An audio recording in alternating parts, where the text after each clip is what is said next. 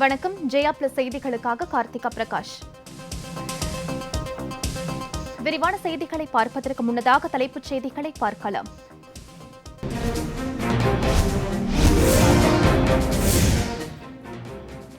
இரண்டு நாள் பயணத்தை முடித்துக் கொண்டு சென்னையில் இருந்து டெல்லி புறப்பட்டார் உள்துறை அமைச்சர் அமித்ஷா. கட்சி கொடிகளுடன் வழி அனுப்பி வைத்த பாஜக தொண்டர்கள்.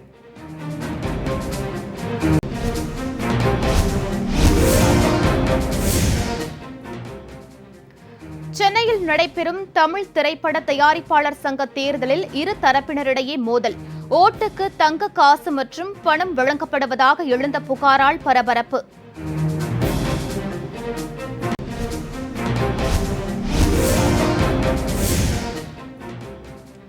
தயாரிப்பாளர் சங்க தேர்தலில் டி. ராஜேந்தர் தரப்பினர் தங்க காசு கொடுத்து மோசடியாக வாக்கு சேகரிப்பு. எதிர்த்து போட்டியிடும் தேனாண்டாள் பிலிம்ஸ் முரளி பரபரப்பு பேட்டி.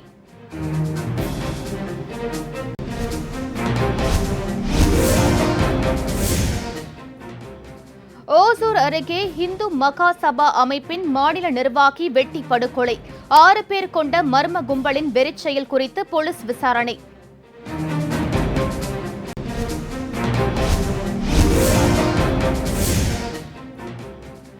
தமிழகம் மற்றும் புதுச்சேரியை வரும் 25ஆம் தேதி புயல் தாக்கும்.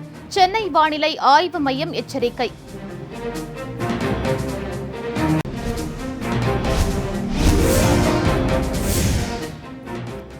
ராமநாதபுரம் அருகே கடலோரம் ஒதுங்கிய 3 டன் எடை கொண்ட பிரம்மாண்ட திமிங்கலம் இறந்த நிலையில் கரை ஒதுங்கியதால் உடலை கைப்பற்றி வல்லுநர்கள் ஆய்வு.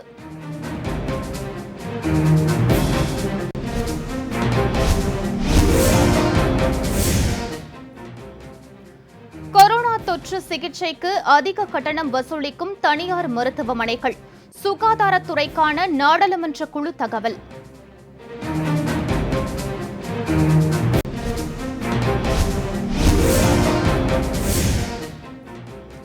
டெல்லியில் ஒரே நாளில் கொரோனா தொற்றால் உயிரிழந்தோர் எண்ணிக்கை மீண்டும் 100ஐ தாண்டியது. தொற்றை முழுமையாக கட்டுப்படுத்தும் பணியில் அரசு தீவிரம்.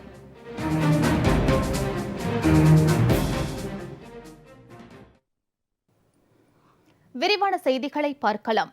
உள்துறை அமைச்சரும் பாஜக மூத்த தலைவர்களுள் ஒருவரான திரு அமித்ஷா 2 நாள் தமிழக பயணத்தை முடித்துக் கொண்டு தமிழகத்தில் இருந்து சற்று முன் டெல்லி புறப்பட்டு சென்றார். தமிழக அரசின் திட்டங்களை தொடங்கி வைக்கவும் பாஜகவின் நிகழ்ச்சிகளில் பங்கேற்கவும் திரு அமித்ஷா நேற்று பிற்பகல் சென்னை வந்தார். நேற்று நிகழ்ச்சிகளை தொடர்ந்து இரவு சென்னையில் தங்கிய அவர் இன்று காலை டெல்லி புறப்பட்டு சென்றார். MRC நகரில் உள்ள லீலா பேலஸ் ஹோட்டலில் இருந்து கார் மூலம் விமான நிலையம் சென்ற அவருக்கு வழிநெடுக்கிலும் பாஜக தொண்டர்கள் உற்சாகமாக வழி அனுப்பி வைத்தனர். இதன் காரணமாக பட்டினப்பாக்கம், அடையாறு பகுதிகளில் முன் அறிவிப்பின்றி சாலை போக்குவரத்தில் மாற்றம் செய்ததால் போக்குவரத்து நெருக்கடி ஏற்பட்டது.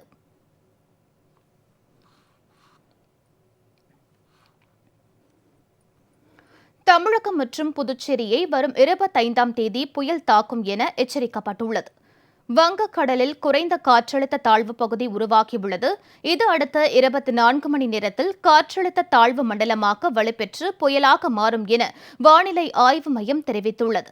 இதனால் தமிழகம் மற்றும் புதுச்சேரி கடலோர மாவட்டங்களுக்கு நாளை முதல் 3 நாட்களுக்கு கனமழை அல்லது மிக கனமழை பெய்ய வாய்ப்பு உள்ளதாகவும் தெரிவிக்கப்பட்டுள்ளது. வரும் 25ஆம் தேதி புயல் தாக்கும் என்றும் எச்சரித்துள்ளது.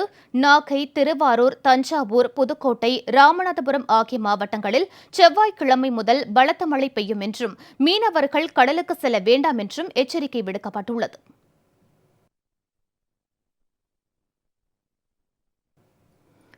கொரோனா தொற்று சிகிச்சைக்கு தனியார் மருத்துவமனைகள் அதிக கட்டணம் வசூலிப்பதாக சுகாதாரத்துறைக்கான நாடாளுமன்ற குழு தெரிவித்துள்ளது. நாடு முழுவதும் உள்ள மருத்துவமனைகளில் கொரோனா நோய் தொற்றால் பாதிக்கப்படுபவர்களுக்கு அளிக்கப்படும் சிகிச்சை முறைகள் குறித்தும் அங்குள்ள வசதிகள் குறித்தும் சுகாதாரத்துறைக்கான நாடாளுமன்ற குழு ஆய்வு மேற்கொண்டது. இது தொடர்பாக வெளியிடப்பட்டுள்ள அறிக்கையில் அரசு மருத்துவமனைகளில் போதுமான படுக்கைகள் இல்லை எனவும் கொரோனாவால் பாதிக்கப்பட்டவர்களுக்கு உதவ ஒரு நிலையான விலை மாதிரியை கொண்டுவர வேண்டும் என்றும் வலியுறுத்தப்பட்டுள்ளது. கொரோனாவுக்கு தனியார் மருத்துவமனைகள் அதிக கட்டணம் வசூலிப்பதாகவும் தெரிவிக்கப்பட்டுள்ளது. மேலும் 130 கோடி இந்திய மக்களின் சுகாதாரத்திற்காக அரசு செலவழிக்கும் தொகை மிக குறைவு என்றும் அரசு இத்துறையில் முதலீட்டை அதிகரிக்க வேண்டும் எனவும் அறிக்கையில் அறிவுறுத்தப்பட்டுள்ளது.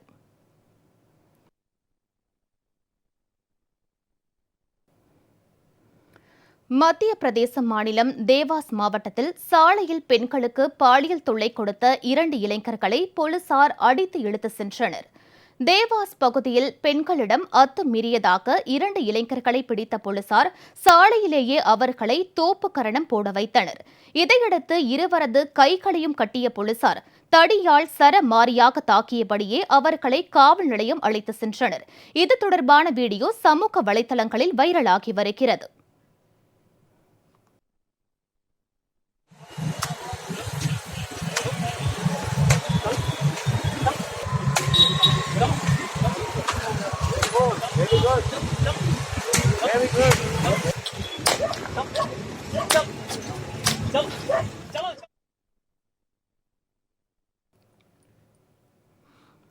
இந்தியாவில் கடந்த 24 மணி நேரத்தில் 45,209 பேருக்கு கொரோனா தொற்று உறுதி செய்யப்பட்டிருப்பதாக மத்திய சுகாதாரத்துறை அமைச்சகம் தெரிவித்துள்ளது.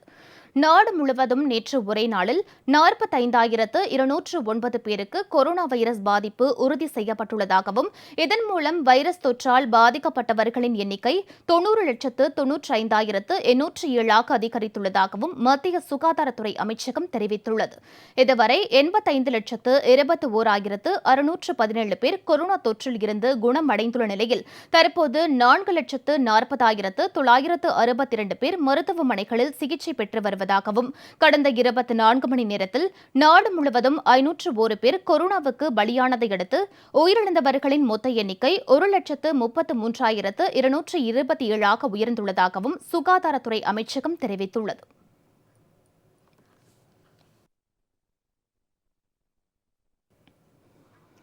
தமிழகம் ஆந்திரா இடையேயான பேருந்து போக்குவரத்திற்கு வரும் 25ஆம் தேதி முதல் தமிழக அரசு அனுமதி வழங்கியுள்ளது.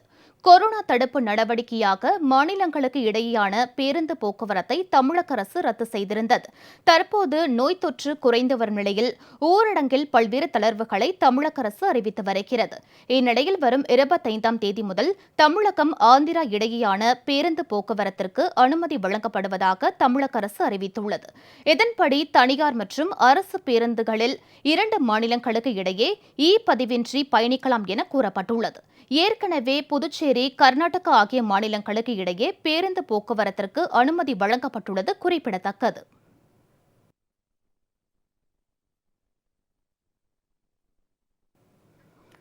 கிருஷ்ணகிரி மாவட்டம் ஓசூர் அருகே இந்து மகாசபா அமைப்பின் மாநில நிர்வாகியை 6 பேர் கொண்ட மர்ம கும்பல் வெட்டி படுகொலை செய்த சம்பவம் அதிர்ச்சி ஏற்படுத்தியுள்ளது. சமத்துவபுரம் அருகே அனுமந்தபுரம் பகுதியில் வசித்து வந்தவர் நாகராஜ்.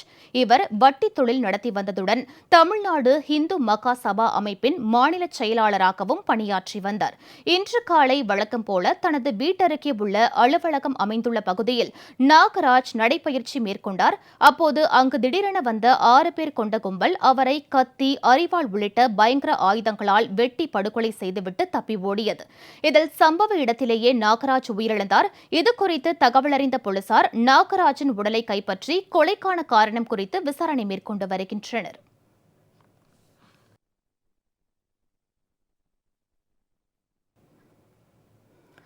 போதைப் பொருள் பயன்படுத்தியதாக பாலிவுட் காமெடி நடிகை பார்த்தி சிங் கைது செய்யப்பட்டுள்ள நிலையில் அவரது கணவர் ஹார்ஷ் லிம்பாசியாவையும் தேசிய போதைப் பொருள் தடுப்பு போலீசார் கைது செய்துள்ளனர்.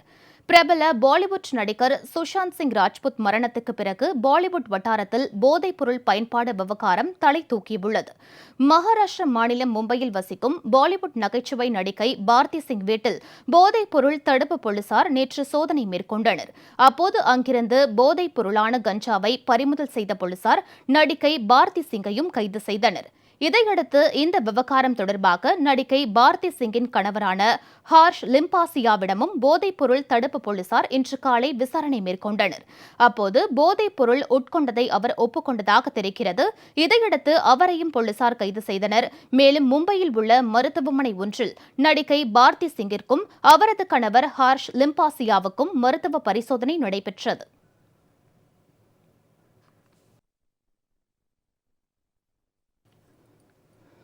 சென்னை துறைமுகம் பகுதியில் நடைபெறும் வாக்காளர் முகாமை வடசென்னை தெற்கு மாவட்ட அமமுக நிர்வாகிகள் ஆய்வு செய்தனர்.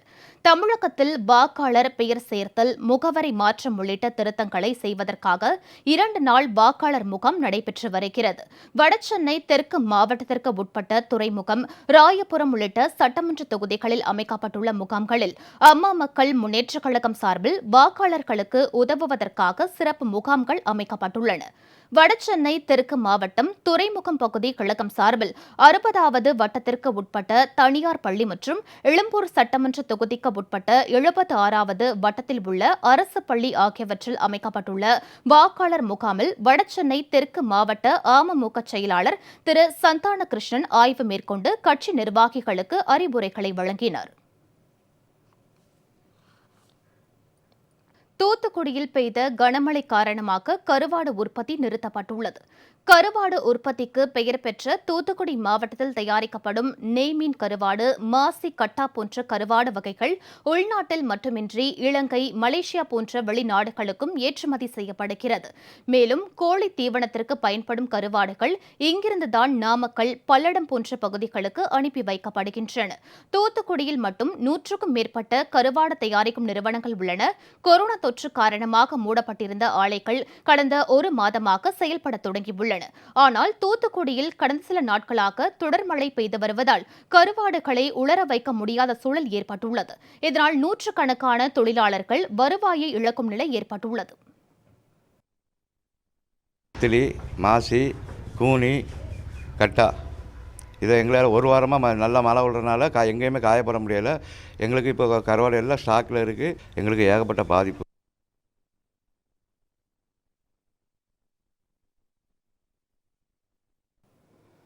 இனி தமிழக நிகழ்வுகள் சிலவற்றை வேகச் செய்திகளாக தற்போது காண்போம். தமிழகத்தில் மதத்தின் பெயரால் மக்களை பிரித்தாளும் சூழ்ச்சியை பாஜக கையில் எடுத்திருப்பதாக பாப்புலர் பிராண்ட் தமிழ் மாநில தலைவர் திரு ஷேக் அன்சாரி தெரிவித்துள்ளார். மதுரையில் செய்தியாளர்களிடம் பேசிய அவர், மதவாதத்தை எதிர்க்கக்கூடிய வாக்காளர்கள் அனைவரும் தேர்தலில் பாஜகவை தோற்கடிக்க வேண்டும் என்றும், முஸ்லிம் மக்களுக்கான அரசியல் பிரதிநிதித்துவத்தை அரசியல் கட்சிகள் உறுதிப்படுத்த வேண்டும் என்றும் கூறினார். ராமநாதபுரம் அருகே ஆற்றங்கரை கடற்கரையில் 3 டன் எடையும் 25 அடி நீளமும் கொண்ட இறந்த நிலையில் கிடந்த திமிங்கலத்தின் உடலை கைப்பற்றி வனத்துறையினர் ஆய்வு செய்து வருகின்றனர். வனத்துறையினர் நடத்திய உடற்கூறு ஆய்வுக்கு பின்னர் கடற்கரையிலேயே அரிய வகை திமிங்கலம் புதைக்கப்பட்டது. பிரம்மாண்ட அளவு கொண்ட இந்த திமிங்கலத்தை பார்ப்பதற்கு அப்பகுதி மக்கள் கடற்கரையில் திரண்டனர்.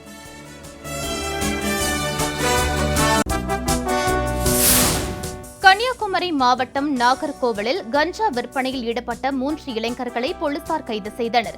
இந்து கல்லூரி பகுதியில் ரோந்து பணியில் ஈடுபட்ட போலீசார் அங்கு சந்தேகப்படும்படி நின்று கொண்டிருந்த உதயராஜ், சதீஷ், விக்னேஷ் ஆகிய 3 இளைஞர்களை பிடித்து விசாரணை மேற்கொண்டனர்.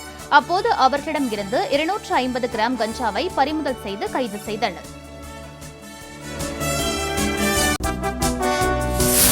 நீலகிரி மாவட்டம் உதகையில் உள்ள தனியார் விடுதி ஒன்றில் சட்டத்திற்கு புறம்பாக சூதாட்டத்தில் ஈடுபட்ட 32 பேர் கைது செய்யப்பட்டனர். கைது செய்யப்பட்டவர்களிடம் இருந்து 1,50,000 ரூபாய் ரொக்கம், செல்போன்கள் உள்ளிட்டவை பறிமுதல் செய்யப்பட்டன. விடுதி உரிமையாளர் உட்பட கைது செய்யப்பட்ட அனைவரிடமும் காவல்துறையினர் விசாரணை மேற்கொண்டு வருகின்றனர்.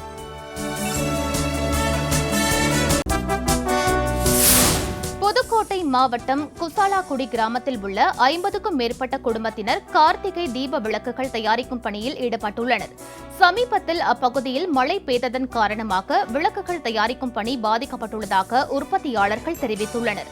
விளக்கு தயாரிப்பிற்காக மண் எடுக்கப்படும் பகுதிகள் அனைத்தும் வீட்டு மனைகளாக மாற்றப்பட்டுள்ளதால் மண்ணிற்கு பற்றாக்குறை ஏற்பட்டுள்ளதாகவும் உற்பத்தியாளர்கள் வேதனை தெரிவித்துள்ளனர்.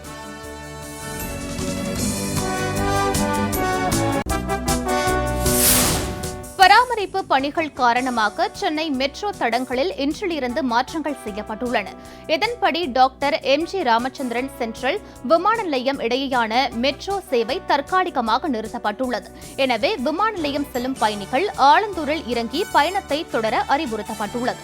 பராமரிப்பு பணிகள் முடிந்த பின்னரே வழக்கமான சேவை தொடரும் என அறிவிக்கப்பட்டுள்ளது.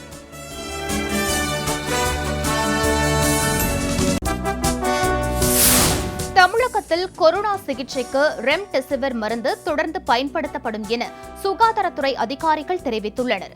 ரெம்டெசிவிர் மருந்தை கொரோனா சிகிச்சைக்கு பயன்படுத்த வேண்டாம் என்று உலக சுகாதார அமைப்பு தெரிவித்துள்ளது.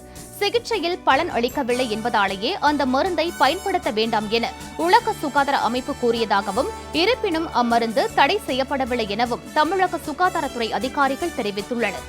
தமிழகத்தில் ரெம்டெசிவிர் மருந்து நல்ல பலனை கொடுத்து வருவதால் கொரோனா சிகிச்சையில் தொடர்ந்து பயன்படுத்தப்படும் எனவும் அதிகாரிகள் தெரிவித்துள்ளனர். தமிழ்நாடு குடிநீர் வடிகால் வாரிய திருவாரூர் நிர்வாக பொறியாளர் அலுவலகத்தில் லஞ்ச ஒழிப்புத்துறையினர் நடத்திய சோதனையில் கணக்கில் வராத சுமார் 2.5 லட்சம் ரூபாய் ரொக்கம் கைப்பற்றப்பட்டுள்ளது. ஒப்பந்ததாரர்களிடம் லஞ்சம் பெற்றதாக கிடைத்த தகவலின் பேரில் லஞ்ச ஒழிப்புத்துறை அதிகாரிகள் திடீரென சோதனை மேற்கொண்டனர். கணக்கில் வராத இந்த பணம் யாரிடம் இருந்து பெறப்பட்டது என்பது குறித்து லஞ்ச ஒழிப்புத்துறை அதிகாரிகள் விசாரணை மேற்கொண்டுள்ளனர்.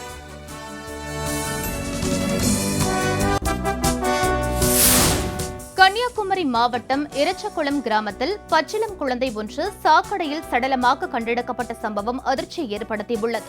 இறச்சகுளம் பகுதியில் இருந்து தாளக்குடி செல்லும் சாலையில் உள்ள சாக்கடையில் பிறந்து ஒரே நாளான ஆண் குழந்தை ஒன்று துணியில் சுற்றப்பட்ட நிலையில் சடலமாக கண்டெடுக்கப்பட்டது. குழந்தையை சாக்கடையில் வீசியது யார் என்பது குறித்து பூதப்பாண்டி போலீசார் விசாரணை மேற்கொண்டு வருகின்றனர்.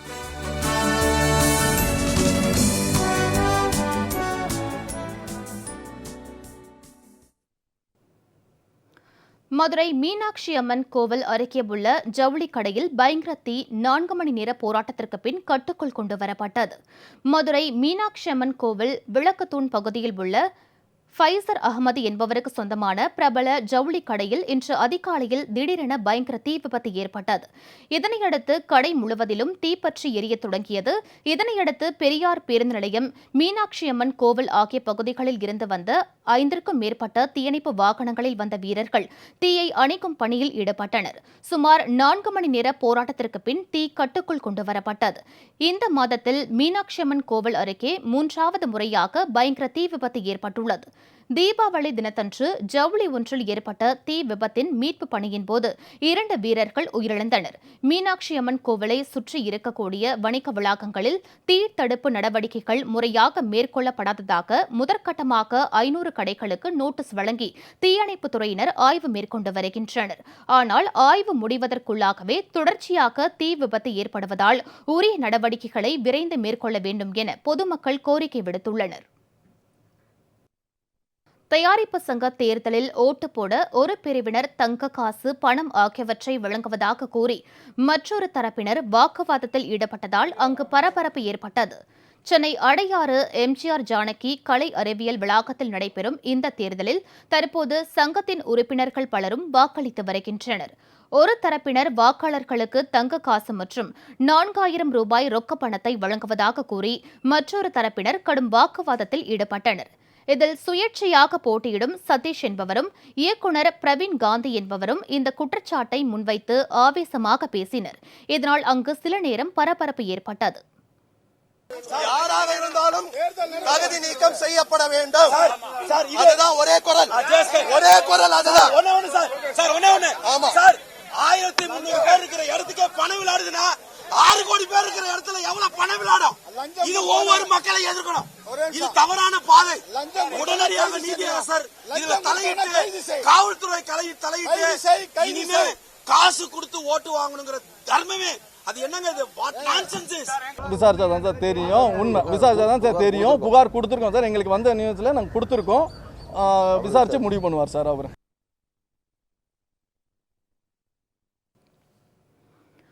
பேரறிவாளன் உள்ளிட்ட 7 பேரை விடுதலை செய்வது குறித்து ஆளுநரே முடிவு செய்யலாம் என சிபிஐ சார்பில் உச்ச நீதிமன்றத்தில் பதில் மனு தாக்கல் செய்யப்பட்டுள்ளது. கடந்த 2018ஆம் ஆண்டில் தமிழக அமைச்சரவை ராஜீவ்காந்தி வழக்கில் தண்டனை பெற்ற 7 பேரையும் விடுதலை செய்ய தீர்மானம் நிறைவேற்றி ஆளுநருக்கு பரிந்துரை செய்தது.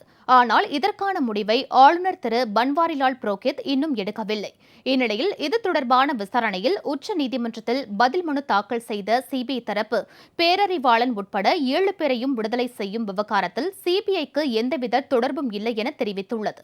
இந்த விவகாரத்தில் ஆளுநரே இறுதி முடிவெடுக்க முடியும் என்றும் அந்த மனுவில் குறிப்பிடப்பட்டுள்ளது.